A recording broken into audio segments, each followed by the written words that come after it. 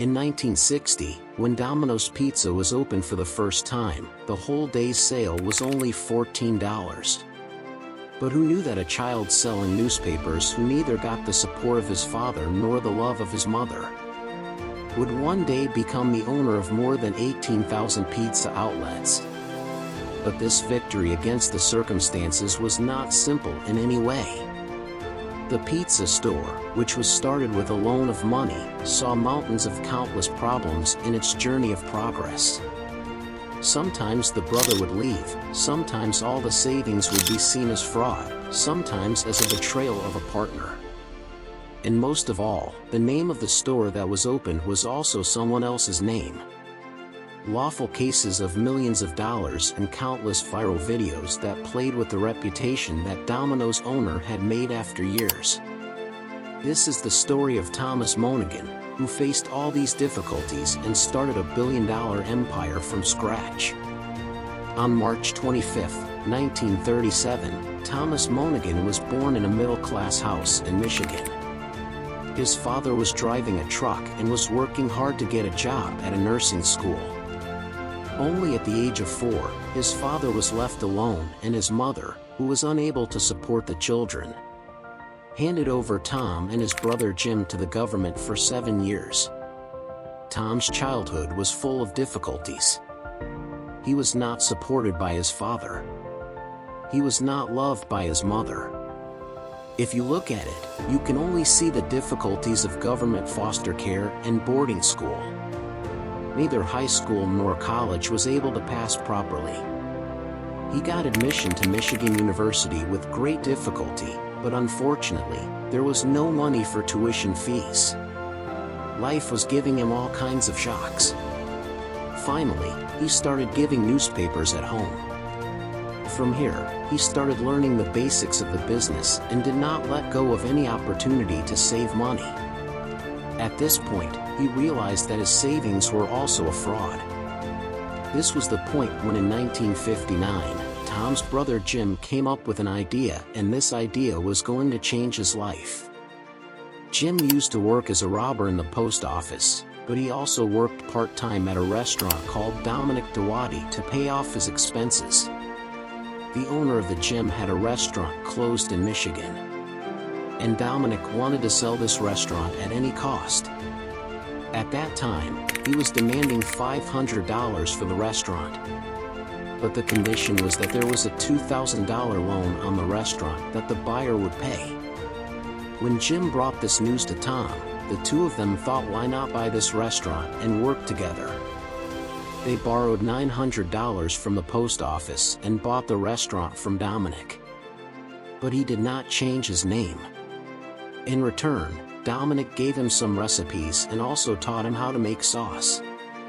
He decided to open the restaurant from 5 p.m. to 12 p.m. This will not disturb Jim's post office job, and Tom's dream of studying in the university will also be fulfilled. He officially opened this restaurant on December 9, 1960. And on the first day, he also sold for $14. In the first week, he did not even have a phone. That is, all the customers came to the restaurant on their own. Then he also started a delivery service for which he hired 2 factory workers on commission. After 4 months, his one-day sale reached $107. But these sales were mostly coming because of the nearby college. When the college semester was over, the sales fell to $28. Jim went to the restaurant because of his post office job. Because of this, he used to spend very little time on the restaurant. Rather, he did not do any work. When the sales dropped, the 2 brothers started fighting, and at one point there was a situation of fight. After 8 months of opening the restaurant, Jim was separated from the restaurant. While in reality, this idea was his. In return for 50% share, Tom gave him a Volkswagen and sold it, which he had bought for pizza delivery. Jim happily took the car and went to the side, without knowing how much loss he had made in reality. Now Tom became the owner of the restaurant 100%. but this meant that now he had to work full-time. That is, his dream of going to university was incomplete again. He would stay in the restaurant for several days and spend the night eating burnt pizza. Gradually, the restaurant's sales began to increase again. He also kept 2 helpers. At that time, the restaurant's profit reached $57. He used to visit other pizza stores and do market research in his free time. Meanwhile, the owner of an Italian restaurant became his friend and he gave his famous sauce recipe to Tom. When Tom applied this recipe on Dominic, people liked the sauce very much and the sales went up again. Now someone gave Tom the idea to open another branch of his restaurant. But for this work, Tom did not give up. At that time, Tom needed a partner to run his previous restaurant, because now his brother was also not with him. Finally, Tom got a partner. But this partner was going to ruin all of Tom's hard work. One day, a man named Jim Gilmore came to Dominic, whom Tom immediately recognized. He used to run a well-known restaurant in the city. The 2 restaurants started talking about business. Meanwhile, Tom told Gilmore his plans to open a new branch. Now, because Gilmore also had the experience of running a restaurant, that's why both of them made a deal. In the deal, it was decided that Gilmore would give $500 and get 50% share in the business. And he would also run Dominic's first restaurant. But Gilmore said, "I don't have $500 right now, I'll give it later." But because Tom needed a partner, he agreed. Dominic's 50% partner had become Gilmore without any down payment. And he didn't give this money to Tom later. Tom opened his second branch and handed over the first branch to Gilmore. This was the point when Tom made his mistake. Because he had given a 50% share of his business to an unknown person without any investigation. After a while, both the sales and pizza quality of the first branch went down. And Tom suspected that Gilmore was secretly stealing money from the cash drawer. Jim Gilmore ran 2 restaurants in the city. But he was used to drinking, which caused him to go bankrupt twice. Tom thought that maybe he had improved, but that was not the case. Besides, Gilmore had made some very clever conditions in the agreement that he made with Tom, which made him only a profit 50% share partner in Dominic's. When the loss in the event of loss, Tom would pay. Now there was a situation that Tom started wasting time on both the branches. And he would work whenever Gilmore wanted. In short, Gilmore was taking Tom's wrong advantage. Tom told him several times after completing the agreement. But because of legal issues, he could not get rid of Gilmore. Finally, the matter went to court. Then the partnership between Tom and Gilmore ended. But obviously, the loss that happened in the back had to be paid to Tom. But this did not mean that all of Tom's problems were over. The next fight took place with a person whose name Tom was running his business. Dominic Stawati. When Dominic Stawati saw that Tom was running 2 restaurants under his name, and was also making good sales, he began to feel professional jealousy. Finally, Dominic was also running a restaurant under his name. And because of this, the customers were also very confused. So he phoned Tom and told him to stop using his name. This news fell on Tom like lightning. Because in promoting this name, he had put his blood and sweat into it. Suddenly changing the name meant that all of Tom's hard work would be wasted. Someone advised Tom to keep a name that was similar to Dominic's. Because at that time people used to look for numbers in the phone book. And when there would be a similar name, there would also be a name of Tom's restaurant on Dominic's page. For many days, Tom and his team kept thinking of a similar name to Dominic's. But no one understood. Finally, a pizza writer suggested a name, and that was Domino's. Tom liked this name very much. After that day, he started working with the name of Domino's, not Dominic's. Changing the name meant that now he would also have to change the logo. So he simply started using the tile of the domino game as the logo. And because at that time they had 3 stores, they only put 3 dots in the tile. Next time you can tell anyone that in the logo of Domino's. What is the meaning of these 3 dots? Thomas Monahan's pizza business now had a new name. He worked hard to improve the recipe and make the business profitable. But the development of Domino's began with a strange event. One day, many staff of the restaurant took a day off together. On this, Tom removed extra things from the menu and served only pizza. This day, Domino's had the most benefit. Tom realized that only the load of work increases from the larger menu, while the smaller menu makes more profit. After that day, extra items were removed from the menu of Domino's and only pizza was focused. Even pizza was kept only 2 sizes, 8 inches and 12 inches. Apart from this, Tom noticed that extra staff has to be kept by giving the customers dining facilities, which increases the work and reduces the profit. In order to keep the pizza hot, Tom used tin cans and revolutionized the delivery business.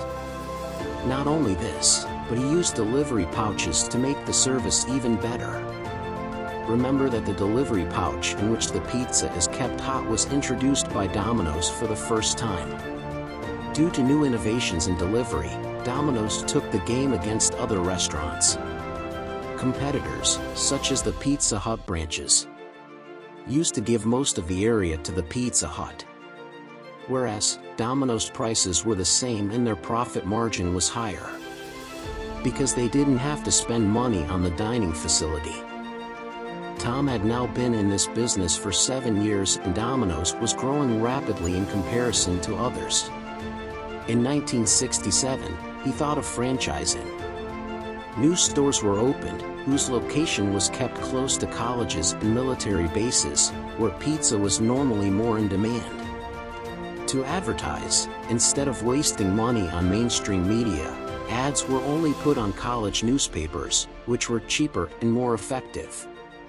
In the next 2 years, 32 franchises of Domino's were opened. In the beginning, quality issues came, but later they were fixed. At the end of 1969, a total of 42 stores were open in Michigan, Vermont, and Ohio. And by 1978, more than 200 Domino's outlets were open in the entire United States. It was now very difficult to stop Domino's success, but then an incident happened that caused a lot of damage to Domino's. In the 1980s, everyone was crazy about Domino's delivery service. Seeing them, Pizza Hut and other competitors also started focusing on delivery. That is, Pizza Hut was now wanting to come directly into Domino's competition. To keep himself apart from this, Domino's opened its first ever delivery service. In 1984, Domino's started marketing that if pizza is not delivered in 30 minutes, they will not take the money for pizza. This move forced Domino's sales to rise like a rocket. This deal was beneficial for customers in every respect. Either they will get pizza quickly or they will get it for free. This campaign helped Domino's to grow even more. In the 1980s, at that time, in the United States, Domino's had 200 branches and now reached 5,000 globally.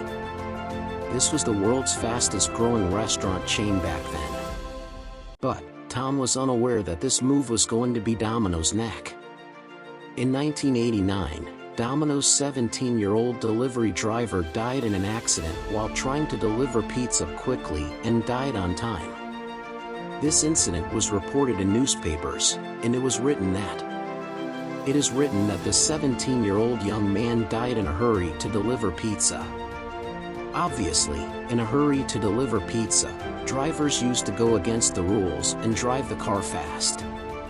As soon as we saw this news, it became a highlight in national magazines as well.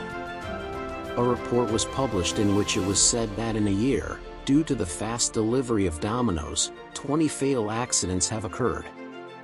In another accident, the driver put the car on top of a couple, which caused the wife to die on the spot. Because of this accident, Domino's had to pay a fine of $32 million. In 1993, another case came when the Domino's driver drove the car without caring about the red light and the girl's backbone and the next car broke. This time, the court fined Domino's $78 million. Because of all these incidents, a lot of criticism was made on Domino's delivery service. The campaign that had brought Domino's to this height of development was now in their hands. At this point, Tom finally announced the end of the 30-minute delivery campaign.